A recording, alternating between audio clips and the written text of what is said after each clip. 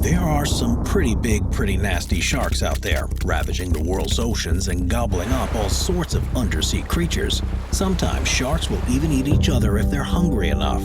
But there was one shark that was really the king of the seas. One shark to rule them all, the Megalodon, the most powerful sea creature to have ever lived. So here are the top 15 most scary Megalodon shark facts. Number 15, the name. What's in a name anyway? Well, when it comes to the Megalodon, there's a lot. And while Megalodon may be what we've all grown accustomed to calling this underwater behemoth, it's not its full name. The full scientific name is Carcharocles megalodon. That may sound like a bunch of scientific mumbo-jumbo to a lot of people, but the roots here are actually pretty cool. For starters, Carcharocles is an extinct genus name, with Megalodon being the species name, which translates from Greek to giant tooth, which we'll get into a little bit later. Interestingly enough, there's a group of fossil bivalves, which are small, hard shell-like mollusks that died out during the Jurassic period, who belong to the genus Megalodon. Names can get pretty complicated, but know that we know what the term actually means. Just imagine what these mollusks must have looked like. So names may be a little boring, but hey, they're important. Number 14, their teeth. Now, this entry on our list is something that we can all really sink our teeth into. When it comes to sharks of any kind, their skeletons are all made out of cartilage, which doesn't fossilize, so just about everything we know about Megalodon comes from the teeth we dig up. And boy oh boy did these megs have some chompers in the giant mouth of theirs. Just like the sharks of today, Megalodons were always shedding their teeth to grow new ones, with the biggest megatooth on record being 7.5 inches long. That's the size of 2 credit cards next to one another, a household butter knife, or even better, a typical pair of scissors. The teeth of a great white shark won't even grow bigger than around 3 inches. So just imagine the sheer scale of these meg teeth. Rows and rows of these razor-sharp 7-inchers raining down on their prey and just ripping them to shreds like pulling apart tissue paper. And in total, a Megalodon had about 276 teeth across 5 rows. That's more than 8 times as many teeth as humans, and just about the right amount of teeth to get rid of any oceanic evidence. Number 13, the World of Geology. People had been digging up all sorts of strange objects in Malta for centuries, which would later be called glossopetrae, or tongue stones. Some people thought that these tongue stones fell from the heavens during an eclipse, while in medieval times folks believed that they were part of St. Paul putting a curse on the sea serpents of the island. It is fair to say now that they were all wrong, but maybe they were onto something when they thought of sea serpents. In any event, most will agree that these tongue stones were actually Megalodon teeth washing up on the shores. In 1666, the physician Niccolò Steno was dissecting the head of a shark and noticed some stark similarities between the teeth of his specimen and these mythical tongue stones.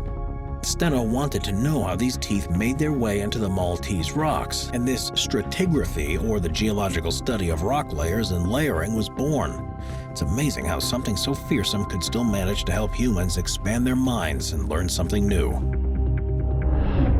Number 12, their diet. Well, now that we know just how big the Meg's teeth are, take a minute to think about their diet.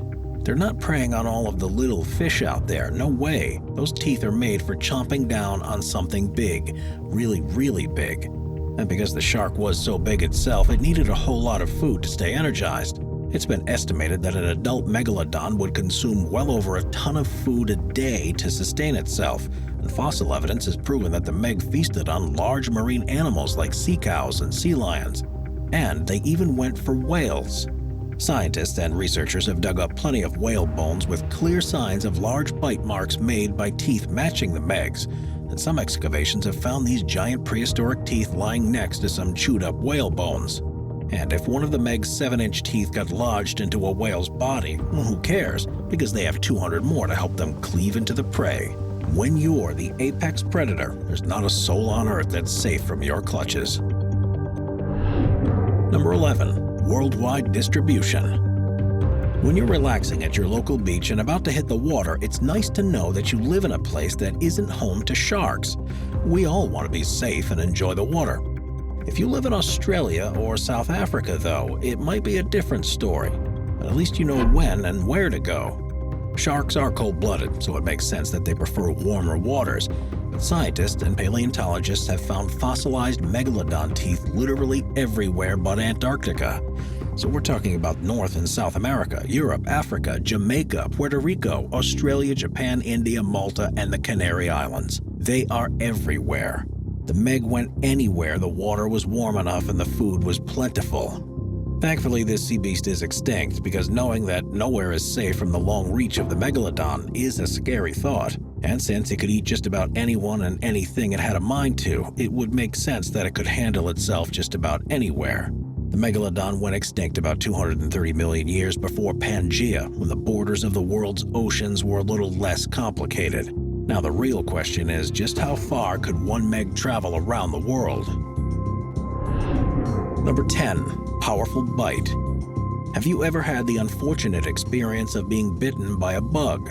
Sure, it stings. How about a dog? That could be pretty bad. And even trying to pry some chicken bones out of Fido's mouth can be hard enough. But imagine being bit by a Meg. It had the nastiest bite in the animal kingdom. Seriously. It's widely accepted that the megalodon had the most powerful bite of any animal at any time. And it's not like there was a close second. The Meg blows every other bite out of the water by a long shot. Modern computer models have been able to piece together what the bite was like, and they found that it delivers a force between 24,000 and 40,000 pounds per square inch. No human can even begin to imagine what that must feel like. Hopefully, it meant a quick death for their prey. But the bite of the Meg is 6 to 10 times more powerful than that of the great white shark and of modern crocodiles. Not even the ferocious T-Rex can hold a candle to those kinds of numbers, with their bite only delivering about half of that force. The Meg's bite is so big and so nasty that one good chomp was good enough to bite a smaller whale clean in half. That poor, poor whale. Number 9. Discovery of nurseries. Every story has a beginning, and the megalodon is no exception. Despite sounding like they crawled up from the depths of the underworld, they still started out as babies before becoming behemoths. The megalodon gave birth to their young in shallower waters, and scientists believe that they found many of these nurseries because all of the giant fossilized teeth that were left behind, many of which are just over an inch in length, which is still big enough to take a good chunk out of you. These nurseries have mostly popped up in the Bone Valley region of Florida, Maryland's Calvert Cliffs, and the Gatun Formation of Panama. But these nurseries were all created in the shallow waters to keep the babies away from predators, and they would stay here while their mother watched carefully over them until they were big enough to leave home. But this also gave the baby Megs a chance to learn how to prey on smaller fish near shore, eventually working their way up to the big leagues with larger prey. And once they were big enough to defend themselves, that's when it was time to leave. But until then, this is one mama bear that you don't want to see upset. Number 8. Petrified Poop. Everybody poops, even the megalodon. And aside from all those ginormous teeth the old fish left behind, they've also left behind a good amount of coprolites, or petrified poop. It certainly is a strange thing to turn into a fossil, and perhaps even a stranger thing for scientists to study, but it is kind of interesting to think about what something that big is leaving behind. And the poop, believe it or not, is still pretty impressive. A deposit was found in South Carolina with hundreds of Meg teeth, with just as much of these poop fossils scattered about as well. The biggest prehistoric dropping found here was a whopping 5.5 inches long and took on a spiral shape. So you're looking at a turd about the size of a Subway sandwich. But why the shape? Well, it turns out that much like the great white shark, the Meg's lower intestines are twisted into a corkscrew-like configuration. Number 7. Biggest shark ever. Most people can tell you that the megalodon was one of the largest animals to roam the earth, but it is also thought to be the biggest shark that ever lived. Like we said earlier, sharks have cartilage instead of bone, so a fully intact Meg skeleton hasn't quite turned up yet, and it's likely to remain that way. But judging from the size of their teeth and jaws, spinal columns, and poop, scientists can kind of figure out the rest. One ichthyologist, that's the study of big fish, John E. Randall, compared the enamel heights of great white teeth to those of a Meg and calculated that if the Meg had the same general proportions as living great whites, then it should have been about 43 feet long. But biologist Michael Gottfried used a slightly different formula, and in 1996 surmised that the Megalodon grew to be 52 feet long and probably weighed 48 tons. There are still plenty of researchers who will tell you that it grew to be anywhere from 67 to 82 feet long. While researchers may get pretty close, the truth is we'll really never know exactly how big your average meg was. But with the biggest great white on record being 20 feet long, it really puts it into perspective just how big this ancient fish really was. Number 6. Rivalries. So, when you're anywhere from 43 to 82 feet long, you would think that no other sea creature is gonna mess with you. But even with the Megalodon, this was not the case. There were some other fish that weren't afraid to fight back, especially when their life was at stake. Leviathan was a type of sperm whale named after the Old Testament sea beast Leviathan, and was even the inspiration for the antagonist of Moby Dick. The Leviathan was between 45 and 60 feet long, which isn't too far off from the sperm whales of today, but it also had a mouthful of powerful teeth too. The Leviathan's teeth could easily grow up to be 14 inches long and 5 inches wide. Just to put that into perspective, that's about the size of a 2-liter bottle of soda. That's absolutely crazy. And there's no coming back from a bite like that. But when you're that big and that bad, what could you possibly eat? Chances are the same thing as the Megalodon. But many Leviathan remains have been found in the same deposits as meg teeth, meaning they probably battled it out more than once to see who was the best. Number 5. Too many teeth. We've already touched on how many teeth the meg had, usually 276 across 5 rows, so it would make a bit of sense that their fossilized teeth are always turning up. But there's a little more to it. All sharks, ancient and modern, essentially discard their teeth as they become worn. We're still perplexed as to why the shark's teeth fall out so often, but we do know that they grow back in a short amount of time, likely just 1 or 2 days. Many of the teeth we find now are chipped or completely missing the teeth after chipping on bone or hitting other teeth during a feeding. But if you sit down and do the math, the Megalodon likely went through thousands and thousands of teeth in their lifetimes. That's enough teeth to put the shark tooth fairy out of business for good. Number 4. Great white sharks. For years, people thought that the meg was the predecessor of the great white shark, and it's not too hard to see why, because if anything, today's great white is just a watered-down version of the original ancient sea monster. The two were originally put in the same genus back in 1843, when the Megalodon was first described, mostly because of their teeth and the sheer size. But as time passed, shark taxonomy grew and new fossils were found that filled in the gaps in the fossil records, debunking the theory of familial history. And as we mentioned earlier, the meg got its own genus and is probably the end of the evolutionary line for the chronospecies that dates back 60 million years. Perhaps then, it's a sad thought that when the meg went extinct, so too did their chronospecies. Number 3. Babies eat their siblings. We've all heard of sibling rivalries, but the meg took the notion to a whole new level. We know that mama bear megs gave birth to a whole litter, but many of these babies were 6.5 feet long when they were born. These are some pretty big babies, and so that means they're going to need a lot of space when they're in the womb. So experts believe that many of the babies ate their siblings in the womb to free up some space and have enough room to grow to be as tall as an NBA player. So even by the time they were born, they already knew how to be a predator. And it's also quite possible that devouring their giant embryonic siblings helped to give them the nutrients they needed to grow to that size as well.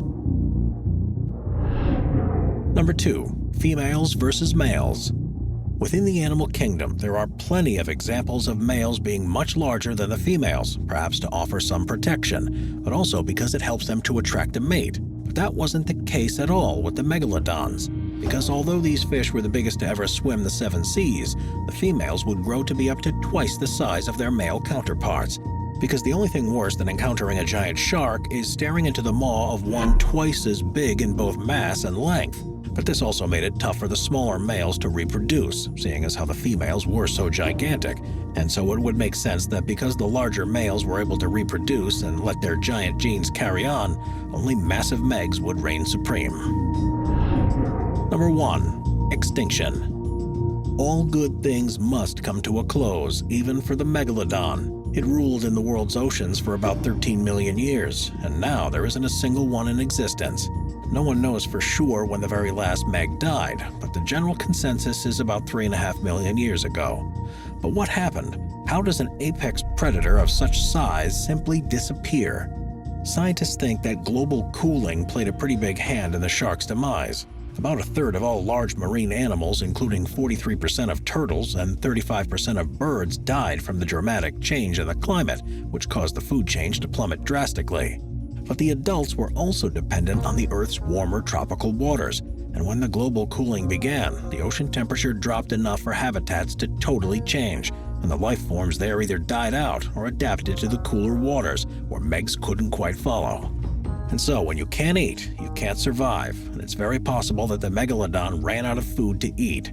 But what's even more interesting is that because the Meg went extinct, it allowed for other marine life to thrive, propagate, live without fear, and eventually evolve. One perfect example is the whales that use baleen to capture their tiny, often microscopic food. During the days of the Meg, these whales were eaten before they could grow. But once the school bully left, they grew and grew and grew. So much of the ocean life that we enjoy from afar and perhaps even up close today is the result of the apex predator dying off. But for all we know, maybe the Megalodon really still is out there, just itching to make a comeback. Watch our nature playlist for more top 15 videos about beautiful nature. Sit back, relax, and binge watch all of our best nature videos.